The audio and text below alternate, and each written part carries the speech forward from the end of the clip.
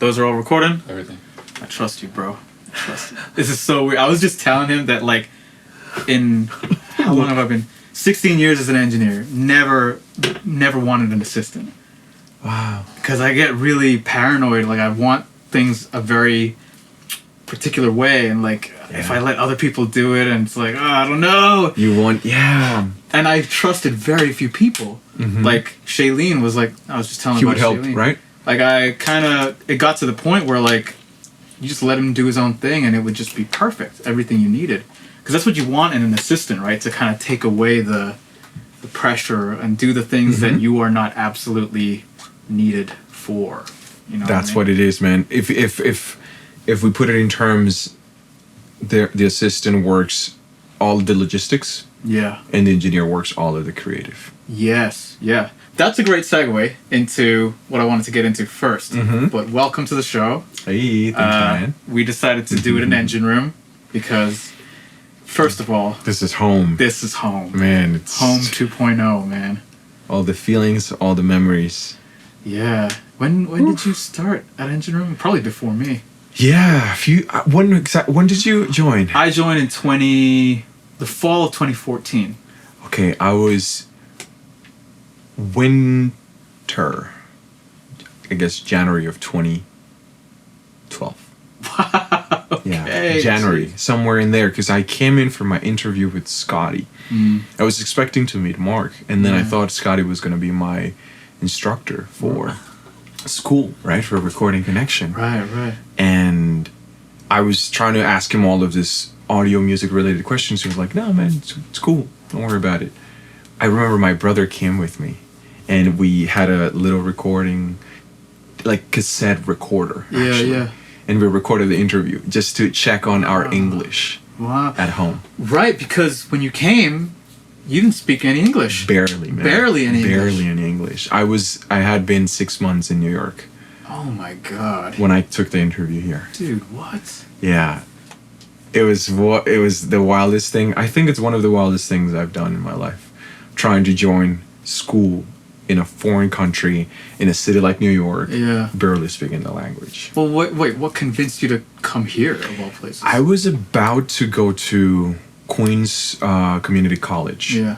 All the way out in Bayside, or like farther College Point, I think.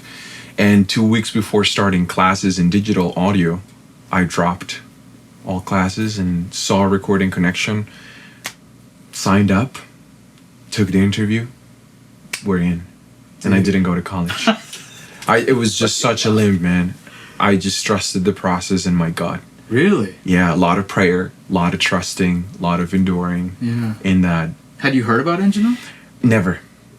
I had heard about 50 Cent and Eminem, and those were two credits that popped somewhere on the internet. Yeah. On the internet about Mark. That's crazy, though. That's a big risk. It was, man. And one thing that made it easier was I was 17. A lot. That's a big help. And it was just a 6-month program. And I realized, okay, I can do this. See if it's everything that I have expectations about the industry to be. And if it's not, then I'll go back to college, because that seems like the safe route. Right. And I wasn't thinking too much of the long run, like what a college degree would mean. Yeah. I just knew that was a place where I could get the information I wanted to get, which was how to make better records. Wow. That was the original thinking behind going to college, because I had been producing and making demos with my brother, high school bands, realizing none of this stuff sounds good. I like the songs, I like what we're making creatively, we're growing. But we're not growing technically. Our skills are not getting sharper, and we hit a wall soon in, like a couple of years in, where like YouTube wasn't a thing where you could just Google anything and it'll prompt somebody talking about it. Right. You would have to dig deep and play with the very few tools that I could afford at the time. Yeah. It was mostly Reason, Propeller Heads. Oh, okay. Whatever came with that, that's what we had. Oh shit! No way. That was your first. That was the first DAW and creative tool that we had, besides my drum set or my friend's guitar, bass, or my brother's keyboard. So you're a musician originally. Yeah. Or an artist. Man, the lines are so blurry for me. In my head, I don't even make distinctions, but when I do have to talk about it and explain it to someone I meet, it's first and foremost, the easiest way to put it is I'm a mixing and mastering engineer. Right. I produce my own music, and I'm a drummer since I was 5 years old. Yeah, yeah.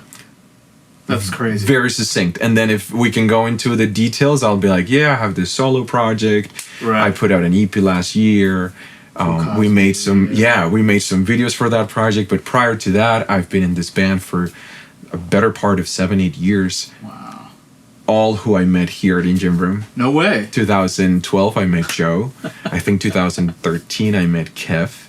Damn. And we've been playing ever since. Taking our breaks, doing our thing. Yeah. Everybody's got their solo project, and we all come back together when the Pool Cosby itch needs to be, scratched. That's kind of awesome. Thing. Yeah.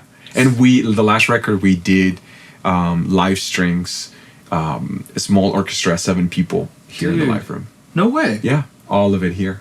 We Who tried was the orchestra? Was it was all of Kevin's friends from, the New York circle. Yeah. Classic, classical classical artists. I don't even know how to say it. Whatever. Yeah, they're all there's a bunch of these his local pockets, network, right? yeah. Of classically trained musicians. Classically, thank you. And they yes. form their little quartets and ensembles. Yeah, so we had a quartet, flute, woodwinds, and trumpet. Wow, when was that? That was 2017. Yeah, that was the last time we were doing a big session here for Pool. Damn. We used to do our rehearsals here as well. Way. Late night, I would be banging drums. Joe would be here with Gabe, miking up the drum set with one mic, and we'll be running sequence tracks. Whatever he was producing at the time, I'll be just rehearsing. Oh, shit. And then Kev, he would just rehearse at home. Yeah. And yeah. we'll show up to the show, and we're just going at it. Christine played with us in those years as well. Oh, no way. And it would just be the 4 of us for the first few releases, actually. Wow. The first few mixtapes and EPs that came out. So you guys are still doing your thing, right? Yeah. And right now we're planning a remix EP for our last album. Nice. We're just now getting mixes from remixers, and I'm gonna master the EP. Nice. Yeah. So how come you're not mixing it? The remixers do it because it's more of a creative decision. Oh, I see. When you say remix, it's like actual producers taking stems and doing their thing. Got it. So not like so mixing they'll do however sound design they want, and I'll give notes. I just got a mix that I mastered, and the producer was incredibly open to feedback, and he just sent a second mix. So that's a great way to collab. I feel like a lot of people go down this route. Like, they want to be an artist, or they're a musician and they want to be an artist, and at some point you start to realize it's just sonically not what I want, right? Because you're using your little interphases or tape players or whatever. But then at some point, every artist or every musician, at least I talk to, like all the guys, Danny, he's a musician originally, right? Cheilean, obviously, Rohan. Joe, he's a guitar player. There you go. Bands, Kev, violinist. It's crazy because when I got into it, when I started to realize this thing called engineering, at first I didn't like it. I was like, oh, it's too many numbers and EQs. Yeah. And, I don't know. But I don't know if you went through this, but you start to realize you can express yourself so much more through the tools. Like you can expand your artistic expression into the DAW. Yes. You know what I mean? Yes. I love that. That's when I fell in love with it. Now that you say that, something I tell my students is everything we learned from different realms within music becomes a language. So if I'm a drummer that sees a bass laying down and I pick it up, what I'm trying to do is actually learn that language. And now if I'm an artist or a musician that wants to hop behind Pro Tools, I'm learning this language so I can have better conversations with other peers and creatives that may specialize in that tool or have an affinity or a natural inclination for that tool. And it creates for better communication. Ultimately, that's what we need as humans, just throughout music and outside of music. We need better communication. And it's up to us to build those tools. and pick them up and use them. Because they can be in a tool bag, Yeah. rotten to waste. So crazy. Because, like, I was talking to somebody about this. I recently started jiu-jitsu. Yes. Oh, man. And it was almost like... It almost felt like the first time I started playing music. Because it's a way to communicate, again, with other people. But the one thing that I realized very fast, just like music, you learn so much about yourself. Who you are as a person. You know? And hopefully that'll help you understand other people. Yeah. And communicate with them on a better level, you know? Mm-hmm. And there was nothing like it. Like, it reminded me of the first time I picked up a guitar or a piano, you know? And same thing with Pro Tools, right? It's like, it's a language, like you said. That's such a great way of putting it. That's how I think of it, man. And makes me proud without any hesitance to want to learn more and want to explore more and wear more hats and not have to box myself into, well, the industry says that you're supposed to be a mixing engineer, so put that on your Instagram and that's all you can do and that's all you can be. But if you want to switch lanes, then you have to drop that and put on the new title. I'm very against it just because my brain doesn't work like that. Yeah. I'm a multifaceted creative. Right. And I love music as much as I love film, as much as I love health, wellness, Yeah. spiritual health. And so why would I have to pick one? Right. But the world wants specialists and masters of something. I think it comes from more traditional jobs where you have an attorney that does some kind of law and a doctor that does some kind of medicine. Right. And so we want to also use those as maybe reference points or you know, framing professional life through that lens. But the arts are not like that. Right. Many of my friends are producers and musicians and painters and photographers and videographers. Two very different jobs, photography versus videography. Yeah. Yeah. Both hold a camera in their hands, but it's a completely different role. Yeah. Kevin, he's like that. Yeah. My brother is like that. He's an architect that paints, that plays the piano, and that loves to take photos and make videos. And where does he fit? What exactly does he need to pick to be a fulfilled professional? That's interesting because, like you said, the industry doesn't allow you to be multifaceted. It wants you to be one thing. Yeah. Did you experience that? Because I know I did, in the terms of, like, when you try to build your reputation as a mix mastering engineer. Yeah. You know, sometimes if you go to people and say, I'm an artist and I am a mixed mastering engineer, they might not take you as seriously. Because they're like, wait a second. You're an artist. Yeah, wait a second. Like, what are you? Which one are you? Which one like, tell are me. you? Be on. Like, come on. Did you face that? Be straight up. You know. I think I have, and the reason why I doubt it is because I never confirmed it, but there was a feeling inside of me that I lost a client because I was so flexible in my path. Yeah. Because my path has so many layers or colors, and I it's just a feeling kind of thing. I had that too. Where I'm like, did this client just stop working with me because I'm not a specialist at mixing or mastering, and I also produce, and I'm also a musician? Is that maybe the reason why? Or, well, there's really no way for me to no way to know. prove And it. it's interesting because they all tie in together. Being a musician helps you be a good engineer. And that's where the that's the confusion. man, that's the whole thing. Yeah. That is it. You are a better engineer if you can play piano. Yes. If you know music theory, if you can hold a pitch with your voice, if you can talk in music terminology with musicians in the room, if you can talk in business terminology with an attorney or a manager, if you can sell yourself and you become a salesman or a saleswoman, or if you can be such a nerd that you can break down the math inside of the digital domain and the analog domain. Yeah. And the cool thing is, when you were here, you probably met all those kinds of people. Yes. And it's empowering. Places like this where they open their doors to aspiring individuals, engineers, artists, producers, are precious. Yeah. Very few. In a studio where I work at in Midtown, there's one intern. Big facility, multiple rooms, one intern. Wow. Place like this, I can't even learn their names. That's how many they are. Yeah. I have a hard time. Yeah. And I'm coming more often to Engine Room now. And I still continue to see new faces. And I'm like, what's your name, man? Right.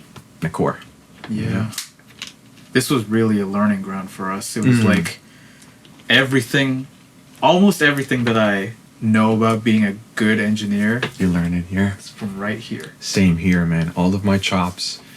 I think just for the sake of health, I took steps back when I needed it. Yeah. I knew what my heart needed. I knew what my mind needed, and I wasn't afraid to say I need a timeout. Yeah. And I took my timeouts and I kept building my skills, working from home and working in other settings with other clients. But this has always been the place where I look back and I'm like, all of this gear is so familiar, man. All of the countless sessions and hours.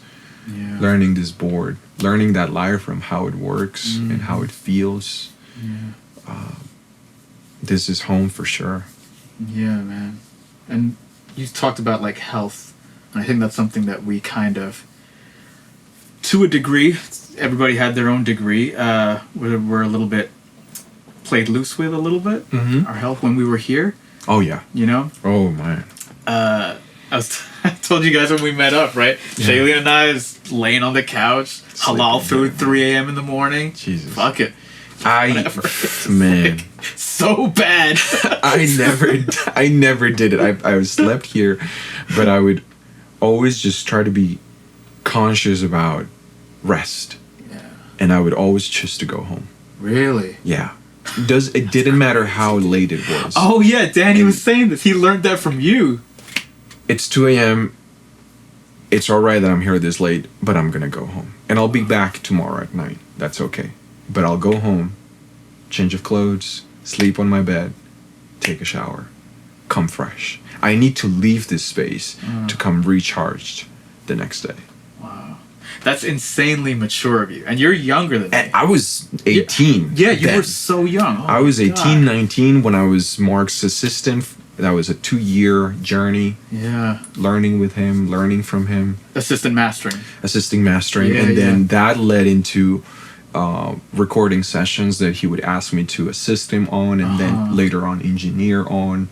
And those recording sessions turned into mixing sessions where I would do rough mixes for him. Some of those rough mixes turned into actual mixes that we would send to the clients. Nice. A whole learning journey, man, where I learned how to record, mix, and master it in these walls. You started as an intern. Oh no, as a student. As a student. As a student. Yeah, 6 months. And then? I learned the mastering room as a student, and that was an advantage because when I became an intern, there was a position open to become Mark's assistant, and there was somebody already in line for that position, but that person wasn't interested in mastering. No way. And so I was the second guy on the list, fresh as an intern, which is very strange. Yeah. Yeah. But as a student, I just made a point to learn that room. Jeez. Benoit. Remember Benoit? Yes, of course. He taught me everything about that room. That's crazy. What? Yeah. I think he might have been part of the design of that room too. Yeah, putting up the last few panels. Right? Yeah. I think so. And we changed the patch system in that room from a hard XLR AES patch bay for digital connections to the C6. The Z6. Oh, no way. It was 64, you. yeah. Oh, I think we shut down the room for a day or two. Yeah. Overnight. We stayed overnight, and we did it in a couple of days. So you didn't go home that night. Yeah. But then the morning I did. Oh, you did. We're like, we're out. So so if you knew you had to be back, you would take it. I would have. But that's crazy, dude. I don't know anybody who would do that. Everybody would stay over. Maybe Michael Bader. He would be another one who'd be like, I'm not doing late nights.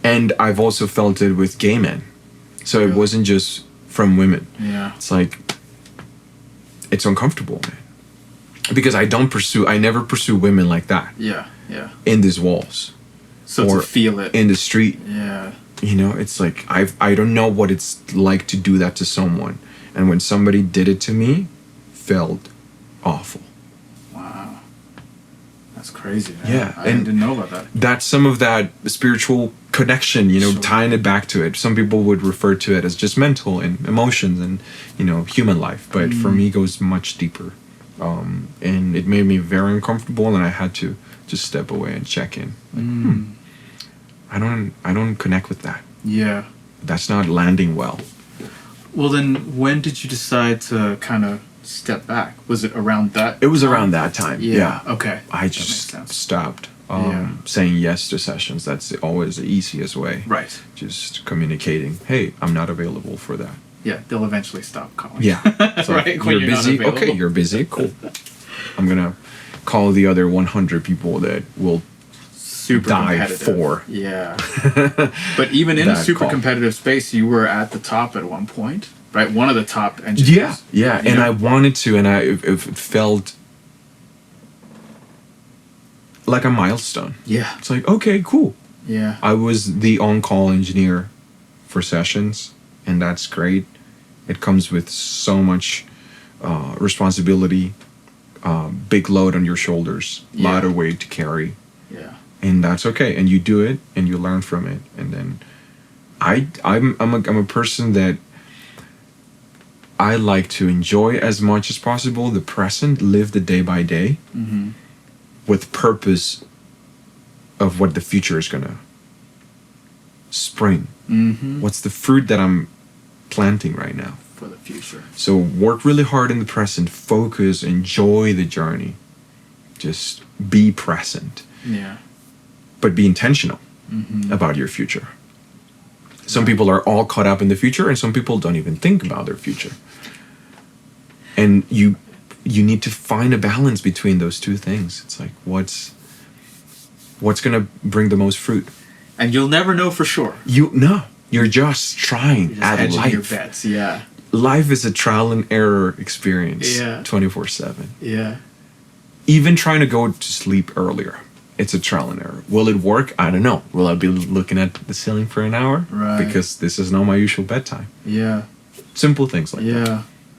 You know, kind of going back to what you said about people messing up their health, I've noticed that over the last 1 or 2 years, there are nights that sometimes I just can't sleep. I'll just lay there, and I'll be like, okay, Sleep I'm ready apnea. to go to sleep. Sleep apnea. And it's like, not falling asleep. Not really tired. Don't want to do anything. Right? You're But- just staring, thinking. Your mind is probably circling. It's such a weird thing. Right. Lay there for a couple hours and then just get up. It's weird. And I think it had something to do with the stuff that I did here.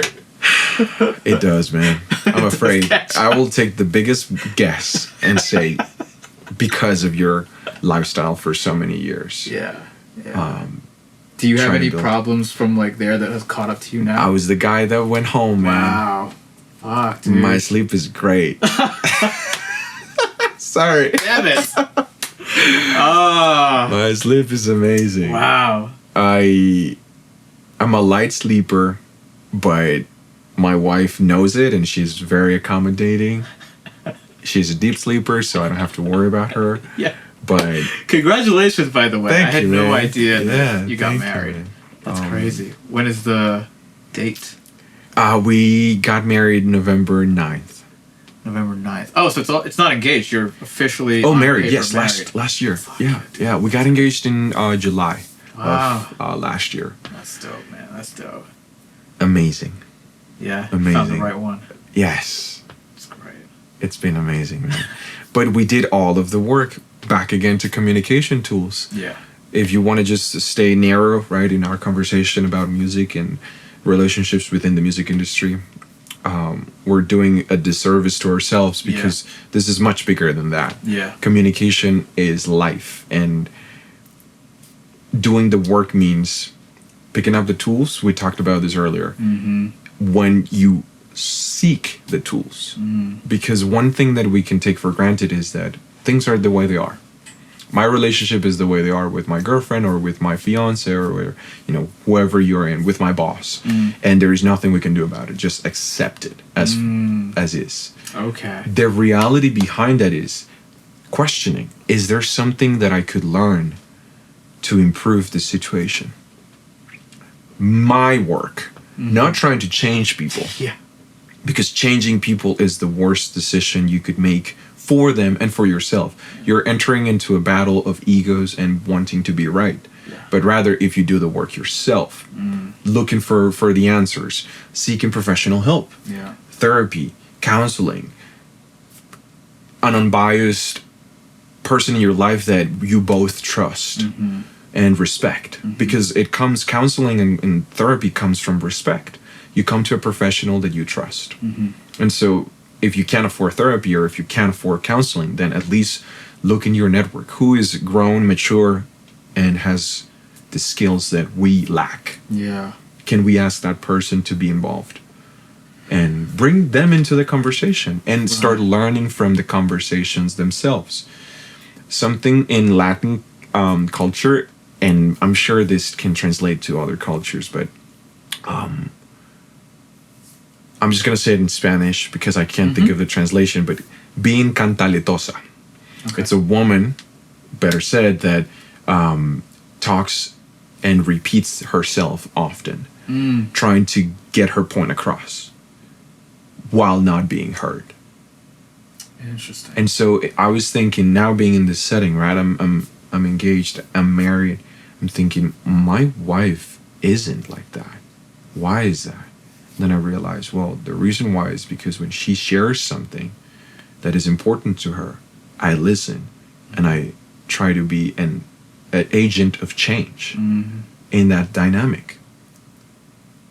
She doesn't have to repeat herself 2, 3, 4, 5 times for me to take action. I see. That's where the solution is. Just take action. Yeah. I'll be honest though, there have been life views so different from each other that have taken me multiple times of her saying it over and over and over until I hear, okay, let's do that. Yeah. And I've asked her and I've thanked her for that. Thank you for being so persistent at that one thing that I knew I wasn't paying attention and listening for.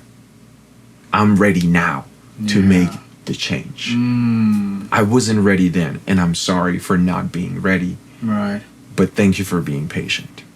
So props to her for being patient. Exactly. And props to you for allowing yourself to change. Yeah. Well, this gets into a really interesting subject because you mentioned the word ego.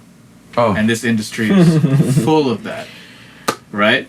And full of people who are doing the opposite of what you just said, of like imposing stuff to the world instead of inner, like I'm a fucking artist or I'm this guy, I'm a whatever. It's gotta be my way. My way or the highway, right? And I understand there is a level of that you need to push up to the next level. You need to be confident in who you are. You need to have a game plan, and you need to have people who believe in you to do that. But this is the problem that I face, which led to me burning out, is that if that's all you do, and you're just 100% in that space, and not, no, fuck you, I don't care what you think, or I don't care, like, no, people should pay me. People should like my music. Yeah. No, it's such a fucked up view on the world. It's like you're trying to twist reality, and that's a dangerous game. Oh, boy. You know what I mean? Yeah. Reality will kill you, literally, if you try to do that. 100%, man. You know what I mean? And you got to manage that somehow. It's such an interesting industry. Something I hear often is they are wrong. They don't know better. And devaluing and not appreciating the creator's perspective. I was just talking to CJ earlier about how life needs to be lived in order for us to write, in order for us to create. Right. The best ideas, the best conversations come out of real experiences, right? Songs can be conversations where the music is speaking or talking to the lyrics and the melody, and Absolutely. they have this right synergy between them, and that's a conversation within itself. But the reality behind not trusting someone, and I bring up the feeling and living through life and experiencing that, taking time to live it, is because the people that hire us as engineers are living their life and are writing from their heart and are putting their ideas and emotions onto tangible pieces of art. Right? And not trusting that, saying you're wrong for living your life and saying it that way and wanting that out of your tangible piece of art, misses the whole point of creating and collaborating. Exactly. I was hoping that's exactly what you would say. That's it's this whole thing of We're missing the point. You're killing the artist. You're killing the art. Yeah. By devaluing your trust in them, or interrupting that conversation. And so I'm very careful when I get mix notes, when I get mastering notes from clients, and try to be as open as I can. And in that, I make many mistakes. I've lost clients for not listening enough to their feedback and wanting it to be my way. Early on, later on, it doesn't matter how many years you've been doing it. There's always the one moment where you think, I'm right, and I'm gonna stay my ground. Listening, man. Accepting. Right. Start a conversation rather than shutting somebody down. Yeah. It's the biggest lesson that I still practice to this day. Now, do you struggle with that, being that with this new assistant gig?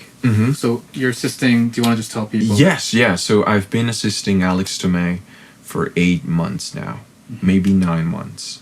We, in that, have done more than 10 albums. Man, it's been a journey. Really? So much work. Yeah. Undusting old skills as an assistant. That was big. Learning his workflow. Right. That was big. Steep learning curve to that as well. Very different from mine in just the kind of clients we have. Right. And so from that, I don't have to do with my clients the things that I have to do with his clients. Right. Organizing files, back to the logistics of being an assistant. Prep. Communication with the teams, whether it's A&Rs, managers, labels, whoever is in charge of delivering those files, having conversations with them. Ah, I see. So you do all that too. Yeah, Okay. Tracing back to, something is missing. Can we get some help on the snare that is missing on verse 2, and there is an ad-lib missing at the outro. Here's the timestamps. And then they go and do the searching for you. And then you have to follow up, because a lot of times a month goes by and we're still working on this album and they haven't sent that set of files that is missing. Right. Simple things like editing, cleaning, clicks, deep breathing, right? De-essing. Yeah. All the assistant RXing. Stuff. Oh yeah, cool. You're into RX. Yeah. Hell yeah, dude. Love it, man. Love RX. It's incredible. So all of those things fall into that job description, and then being a source of feedback for him as well. Whenever needed, whenever asked. Set up in the room, gear, plugins, helping him as much as I can with the knowledge I have. And you're probably learning a lot too. Yes, so much, because all of this instigates new conversations I had never had. Right. 10 years in and you can still learn so much. I'm a student, man, for life. Student for life, yeah.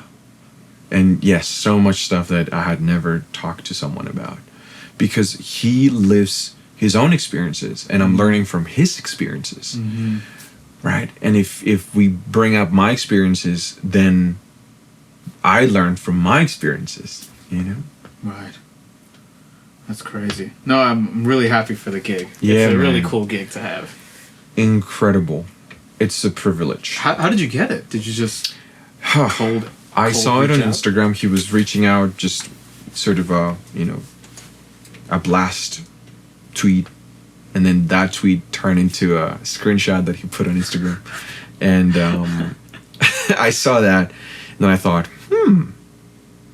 I've seen him work with Tizio. Okay. I know Pat from Okay. here. Pat and I worked on 2 albums together. He was the co-mixing engineer / assistant to a producer that had a room down here. Okay. And Mark was mastering those 2 albums. Got it. And I got to work closely with Pat, Right. Of getting course. those files, Yeah, you were the sending things assistant. back. Right. Full communication between us. And then fast forward, he starts to do more sessions in New York, get more and more connected, and somebody let him know that Chris Brown was looking for an engineer, that his current engineer was retiring from the No position. way. He applied for it, he got the gig, his career just took over after countless hours of tracking, mixes that he did for Chris. Yeah. That turned into doing mixes for other artists. And I'm sure he had been mixing all along throughout those recording days Yeah. for other clients, but that led to him being positioned to work on the same album that Alex worked on, and they connected. See. So I reached out to Pat after not hearing back from Alex for maybe a day or 2. Interesting. I reached out to Pat and I asked him, hey man, I just reached out to Alex. I just want to know if there's any pointers you could give me in case he gets back to me Yeah. and I get to chat. He's like, let me connect you with him. Brilliant. Brilliant, dude. Kid you not. Less than 10 minutes later, Alex was replying to my DM. That's so wild. It's all about who you know. It really is. That's it. Fucking crazy, dude.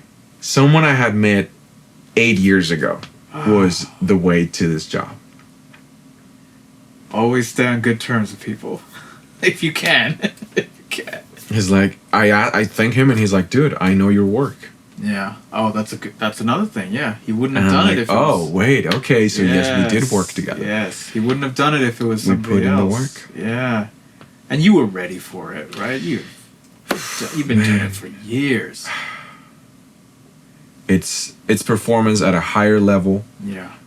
and every day is a lesson. Yeah. Even the quiet days where you're like, what should I work on? Mm-hmm. We've done everything we had to do that is time sensitive on the list. What else can I do? And even in those moments of silence, I'm like, oh, okay, let me do some research. Let me look into this new thing. Yeah.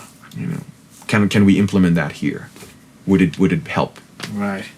if we implemented that new plugin or that new tool here? Yeah.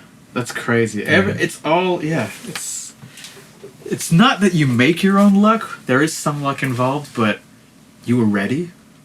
Clearly you were ready. You knew your skills. You were already on that path. You happen to know somebody. It's just crazy how these things kind of play out. Like you said, you invested in your future while living in the present, and it paid off really well, dude. Really well. I'm so happy for you. You have no idea. Seeing all you guys that night, it was like a trip, man. It was like a high school reunion or something. It was like, look at all my people making it in this world. man. It's wild, dude. Well, what's next? What's next for you? What's next? Man, I'm working on a few projects that are fascinating. And just seeing the short term, right? Like seeing those projects come out makes me so fulfilled. Yeah. The simple things in life, man. It's just like this one project, this other project, this other project. On the bigger scope and the midterm and long-term future, I want to be even more comfortable in all the colors that I wear as a creative. And I want to keep sharpening my skills as a mixing engineer, as a mastering engineer, as a producer,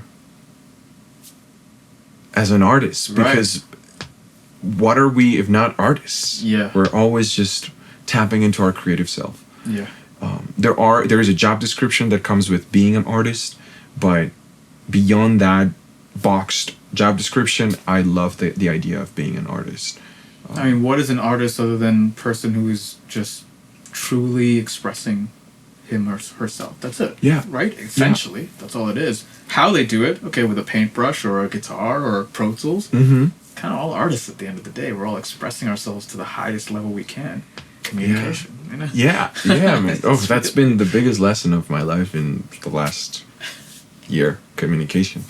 But I want to just find a better balance. I think that is the also a short-term goal.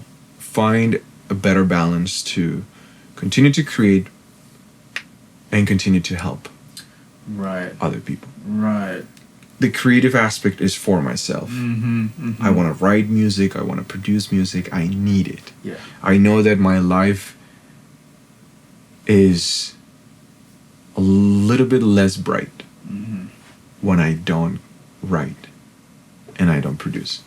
And I learned that 4 years ago, 2017. I realized I'm disappointed, I'm unfulfilled because I'm not tapping into my creative self. In that area, in that little corner of life, I need to explore that, shine some light in that corner, you know. And that'll allow you to be the best version of yourself. And it just grounds me. Yeah. It makes me feel strong as a creative. Right. And powerful as a creative. And I think those are things that we all need in ourselves. We need to know that we're good, that we are strong, that we're powerful. And you project that into the world. Yeah. That confidence that doesn't come from ego. Right. It comes from good work. Yeah. And being a good human. Mm-hmm. That's where that confidence comes. Yeah. And in that confidence, you can also be humble. Absolutely, dude. Wow. I can't think of a better ending than that. That's so good. I mean, do you have any advice for the young folks coming up in the game? Or the interns? I mean, there's a lot of advice in here. There's a lot of gems in here right now. But if there's anything that we didn't touch on that you would want to tell people like Glenn or interns here? Yes, one of the biggest lessons I learned early on. I was very, very blessed to know my passions and my purpose in life at an early age. Some people don't have that privilege. And I remember that one of the places where I reaffirmed it, and I think one of the places where people can tap into it, is doing something you don't love. Yeah. It's that simple. Sometimes it's that simple. Sometimes you do have to. For me, it was being an immigrant, barely speaking English, applying to my first job in my life, which turned to be a dishwasher at a catering house in Queens in the middle of the summer of 2011. Yeah. I lost weight Yeah. Oh, Jesus. Is that bad? at that job. Two big images that I have in my head. One, massive cooking pots that I would have to scrub. This is catering, so it's not like a restaurant where it's like, yeah, we have 300 people, max on a Friday night. Right. This Is 500 people in a room, all eating at the same time. It's like it's different, man. And then taking with my brother, we had the same job, and we would be buddies at the shift, right? We would do this together. We would pick what is it, like 5-gallon trash bags, like the big ones, the trash cans, right? Yeah. Up 2 flights of stairs, because we were kind of in a basement. The kitchen was kind of in a basement, and the garbage disposal was on the street level, had it to go up. But the chef and the sous chef would fill the trash to the brim, and then we would have to take it up. Yeah. So those two images, and I bring them up, man, out of just confidence that I would do that again if I needed to. if time would just rewind for some reason and we'd be like, ooh, back to 2020, 2010, 2011, moving to New York, I would do it again. Just because in those moments, I learned how much I love this industry, music, being a drummer, being a producer. Then I wasn't an engineer. I just knew how to make music. It was reaffirming. Yeah. And that was my way of knowing. I hope so, people out there listening to us, if they can do it in a less dramatic way, being a foreigner, not knowing the culture, not knowing anybody, being outrooted from your hometown into this fresh place it's just a maze. New York City, right? It's not just any city. It's New York. Very unique. Most of us go through that, right? Yeah. People that move across the country Culture from other shock, parts for sure. of the States and South America and Europe and Canada, right? It doesn't matter where you come from, but it's not as hard for everybody. I'll say this, women, when they arrive to New York, they have a different job categories. Men tend to lean more into kitchen construction, right? Right. And then women turn to be more into the service industry. Right. So there is a difference, but even there you can learn that it's not what you want to do. Yeah. And that you need to tap into your Right. If you're gonna go all in on something, passion. your passion, you might as well do it with your passion, right? Mm-hmm. Fuck, dude. This might be one of my favorite podcasts, and this is just the first. This is the first one. Yeah, this is you are episode 16, and this is the first one at Engine Room. Oh, sick. So are you now moving here? I think so. Why Right? not? It's just, it looks cool. I got tired of the Zoom thing. I mean, it's cool. We had to do it because of the pandemic. And it's flexible. Yeah. But man, something about being back in this room, man. It's just so many memories, so many lessons learned.